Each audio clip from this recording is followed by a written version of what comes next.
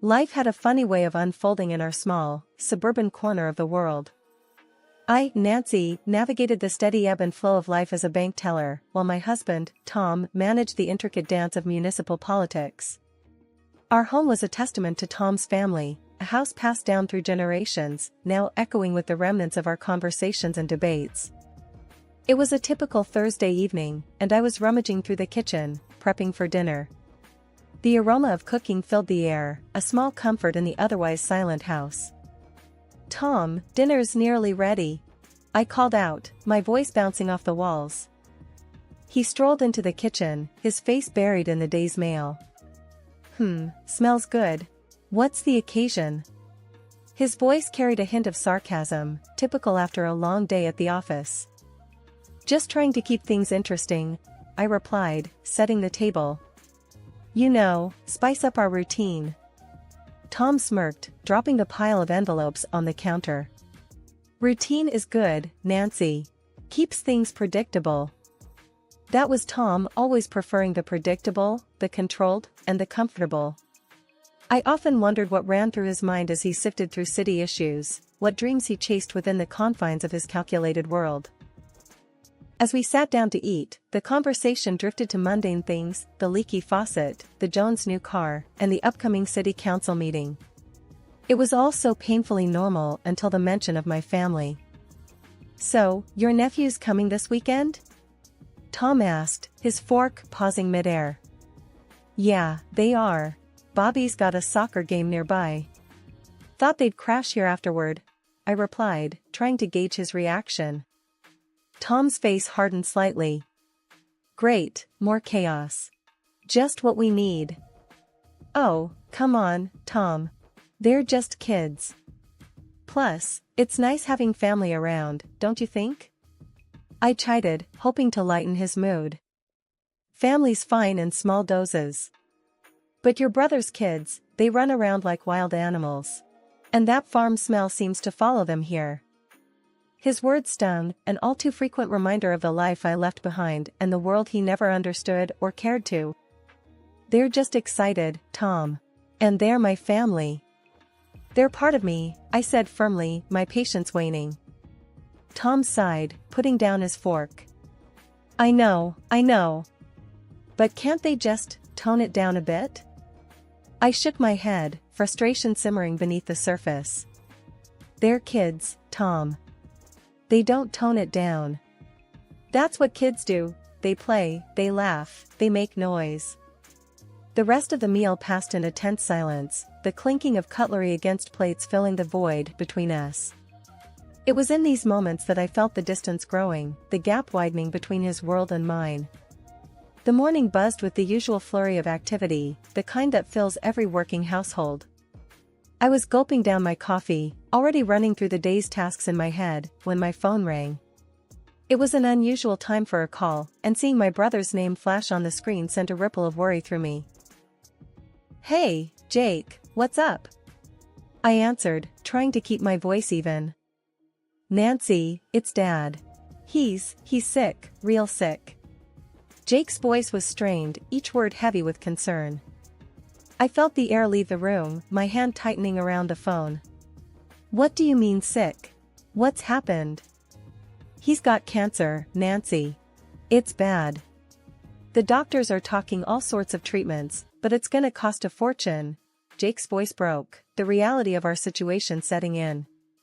My mind raced, thoughts of Dad, the farm, and those childhood days flooding back. Okay. Let's figure this out. How much are we talking about? I can help." I could hear the hesitation in Jake's voice. "It's a lot, Nancy. More than any of us got. They're talking about treatments, chemo, maybe more. It's all just a lot." My heart ached, an overwhelming urge to fix it all taking hold. "I'll talk to Tom. We can use some savings, maybe get a loan. We'll find a way." With a heavy heart, I hung up and turned to find Tom standing in the doorway, a questioning look on his face. "Everything okay?" he asked, his voice laced with a casual concern. I took a deep breath, the weight of the news anchoring me to the spot. "It's my dad. He's sick, really sick. Cancer. It's bad, Tom. Tom's expression shifted, the news landing with a thud. Jesus, Nancy. I'm sorry. What do you need? We need money for treatment. A lot of it. I want to help, Tom. I need to help, I said, the words tumbling out, a mix of desperation and determination. Tom ran a hand through his hair, the gears turning. Money, huh? That's gonna be tight. But, okay, we'll look at our finances, see what we can do.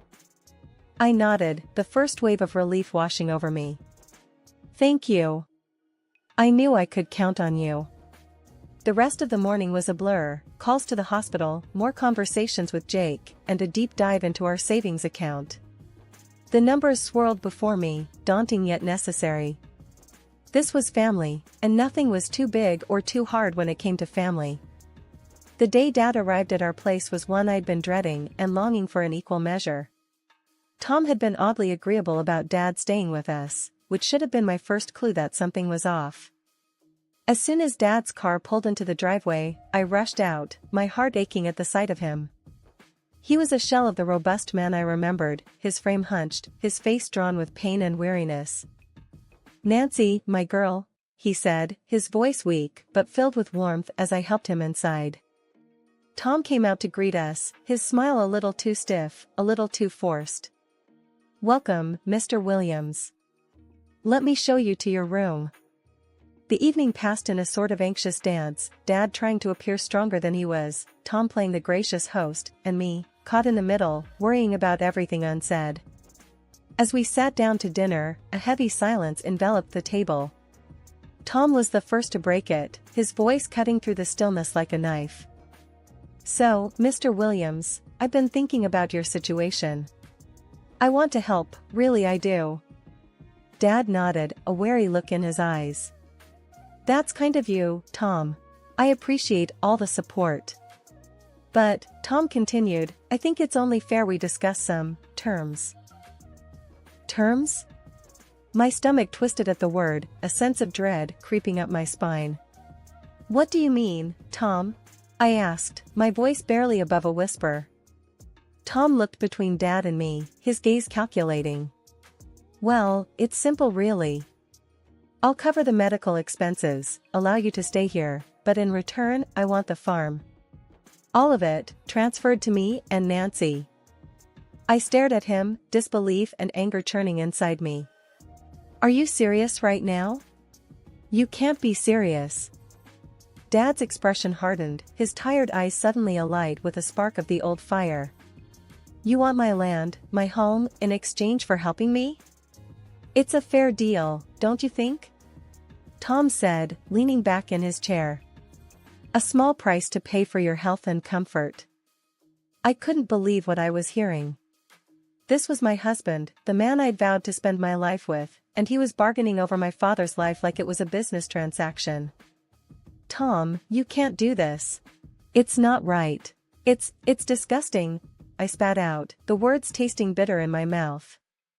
Dad pushed his chair back, his body trembling with a mix of rage and effort. I don't want your money, Tom. Not like this. I'd rather die than give you everything I've worked for. The room spun around me, the walls closing in. This was a nightmare, a terrible, heartless game, and Tom was revealing himself to be the villain. Fine, Tom said, his voice cold. Then you leave. Both of you. I won't be taken for a fool. With that, Dad grabbed his cane, his pride the only thing keeping him upright. I followed, my mind a whirlwind of hurt, anger, and disbelief. Tom, I can't believe you. I won't let you do this to my family, I said, my voice trembling. But he didn't respond, his face set in a mask of indifference. We packed a few things, Dad's weak protests echoing in my ears. This was it. The facade had crumbled, and the man I thought I knew had vanished, replaced by a stranger with cold eyes and a colder heart. We didn't speak much on the drive to the small rental I'd managed to find on short notice. It wasn't much, but it was a roof over our heads, a place to regroup and figure out our next steps. Once inside, I helped Dad to the couch, his body sinking into the cushions with a weary sigh. "Nancy, I'm sorry. I never should have put you in this position," he murmured, his eyes downcast. "No, Dad. Don't you dare apologize. This is on Tom, not you." "I can't believe he'd do something like this," I replied, my voice fierce with anger. Dad shook his head, a bitter laugh escaping him. "And to think I almost considered it, for a moment, to make sure you'd be taken care of. That's exactly why I'm doing all this, Dad. You took care of me my whole life." "It's my turn now," I said, squeezing his hand. The following days were a blur of doctor's appointments, phone calls, and late-night internet searches for any financial aid we might qualify for. I was running on adrenaline and coffee, determined to find a way to afford Dad's treatment. One evening, after a particularly grueling day, I came back to the rental to find Dad sitting at the small kitchen table, a stack of bills in front of him. "Nancy, sit down. We need to talk about this. Realistically," he said, his voice steady but tired. I pulled up a chair, my stomach in knots. "What is it, Dad?" He pushed the bills toward me, his finger tapping on the total amount due. "This is more than you can handle, Nancy. I can't let you ruin your life for me." Tears pricked at my eyes, but I blinked them back. "Dad, I'm not having this conversation. I'll find a way. We'll find a way. Together." Dad reached across the table, his rough hand covering mine. "Nancy, listen to me. I've lived a good life. I've seen you grow into a remarkable woman. If it's my time, then so be it. But you have so much more to live for. Don't let this destroy you." I shook my head, pulling my hand away. "No. I refuse to accept that. We're going to fight this, Dad. Until the very end." The determination in my voice seemed to give Dad a small spark of hope, or perhaps he just didn't have the heart to argue any further. We spent the rest of the evening in a quiet, mutual understanding, both of us too stubborn and too scared to consider giving up. Days turned into weeks, and despite the ever-present shadow of illness and financial strain, we found small moments of joy, old stories retold, laughter shared over simple meals, and quiet evenings watching whatever was on TV. It wasn't much, but it was ours, and for the moment, it was enough. 3 months had flown by in a blur of hospital visits, a relentless battle against the merciless tide of illness. Despite our best efforts and boundless hope, my father's condition deteriorated under the weight of the aggressive cancer. It was a losing fight, but one we endured together, with the stubbornness and heart that characterized our simple, hardworking family. My father's passing was quiet, a gentle surrender in the early hours of a gray morning. The pain of losing him was sharp, a raw wound that seemed to echo through the empty spaces of our rented home. The funeral was a somber affair, filled with hushed voices and tear-stained faces, a final goodbye to a man who had been the bedrock of our family. After the guests had left, the condolences spoken, and the last of the dishes put away, I sat with my brother, Jake, on the porch of our family home. The air was heavy with unspoken words, a shared grief hanging between us. "Emma, he was so proud of you. We both are. You did everything you could." I nodded, the weight of grief a tangible thing on my shoulders. "I just wish it could have been different." Jake hugged me, and we stood there, in the fading light, saying goodbye to our father, to a part of our lives that we'd never get back. The days after the funeral were heavy and quiet, filled with the kind of emptiness that follows a storm. I spent long hours staring at the land, our land, stretching out with rows of corn and the old oak tree standing tall against the skyline. It was more than just soil and crops, it was Dad's legacy, a testament to his life's work. Jake and I had been going through Dad's papers, trying to sort out his affairs, when I stumbled upon a series of letters and notes.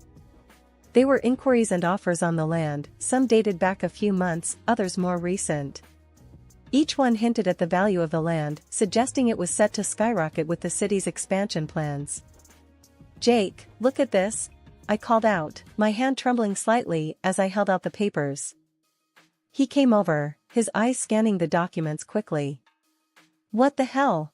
These offers are huge, Nancy. And they're all pretty recent. I nodded, the pieces of the puzzle starting to click into place. It makes sense now. This is why Tom was so eager to get his hands on the land. He knew about this, somehow. He knew and tried to use Dad's illness to pressure us into signing it over. Jake's face darkened, a mix of anger and disbelief etched into his features. That snake. Using our own dad's sickness for his gain. We've got to do something about this, Nancy. I agreed, the fire of determination igniting within me. We will. We'll make sure this land stays in the family, just like Dad wanted. And as for Tom, he's going to regret ever trying to cheat us. The next few days were a whirlwind of activity. We met with lawyers, talked to the city planners, and started to piece together a plan.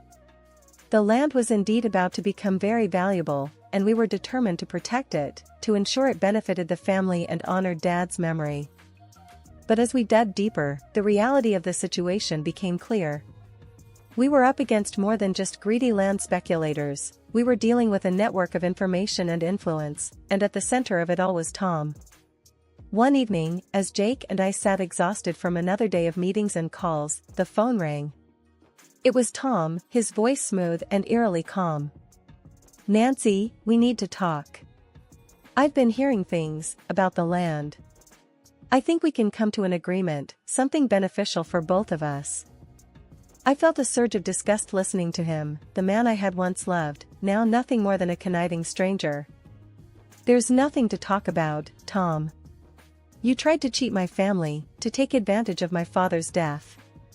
You're not getting a single inch of that land, I replied, my voice steely and resolute. Tom let out a dry laugh.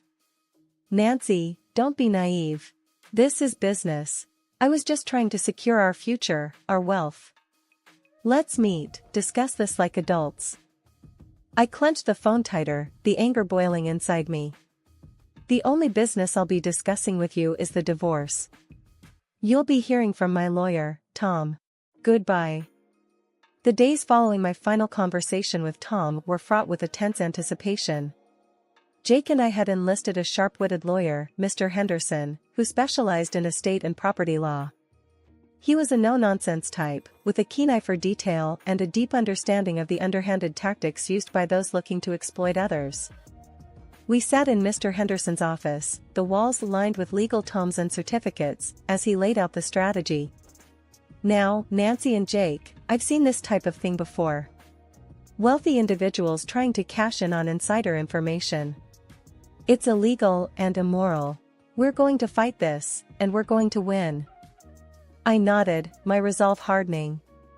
What do we need to do? I want to make sure Tom pays for what he tried to do. Mr. Henderson adjusted his glasses, his eyes sharp. First, we gather all the evidence. The offers on the land, the communications from Tom, anything that can show his intent and knowledge of the land's value. Jake leaned forward, his brow furrowed. We've got plenty of that. Emails, letters, even some voicemails he left Nancy. Good, Mr. Henderson replied, that's a start. Next, we file for an injunction to prevent any sale or transfer of the land until this is resolved. That will protect your asset. The next few weeks were a blur of legal motions, affidavits, and tense waiting. Tom, it seemed, was not going down without a fight.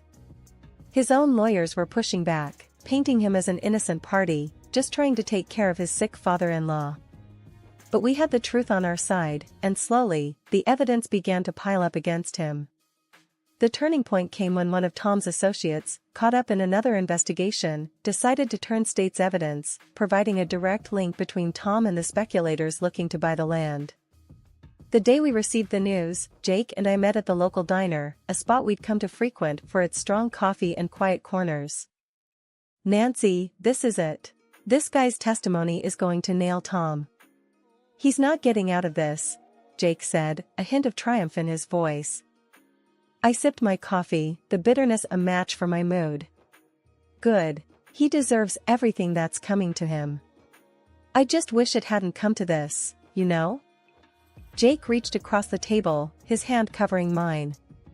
I know, sis. But you're doing the right thing. Protecting the land, our family. It's what Dad would have wanted. The trial was a spectacle, the media latching onto the story of a local official caught in a web of greed and deceit. Tom's face was plastered on every news outlet, the details of his scheming laid bare for all to see. And when the verdict came down, guilty on all counts, I felt a strange mixture of relief and sadness. Relief that justice had been served, but sadness for the man I had once loved, now just a shadow of his former self. The courthouse steps were behind us, the weight of months of legal battles lifted. I took a deep breath, the air tasting fresher, sweeter somehow. Jake and I walked in silence, each lost in thought, until we reached the old diner that had become our haven. Sliding into the booth, the familiar clatter of dishes and murmur of conversation wrapped around us like a comforting blanket.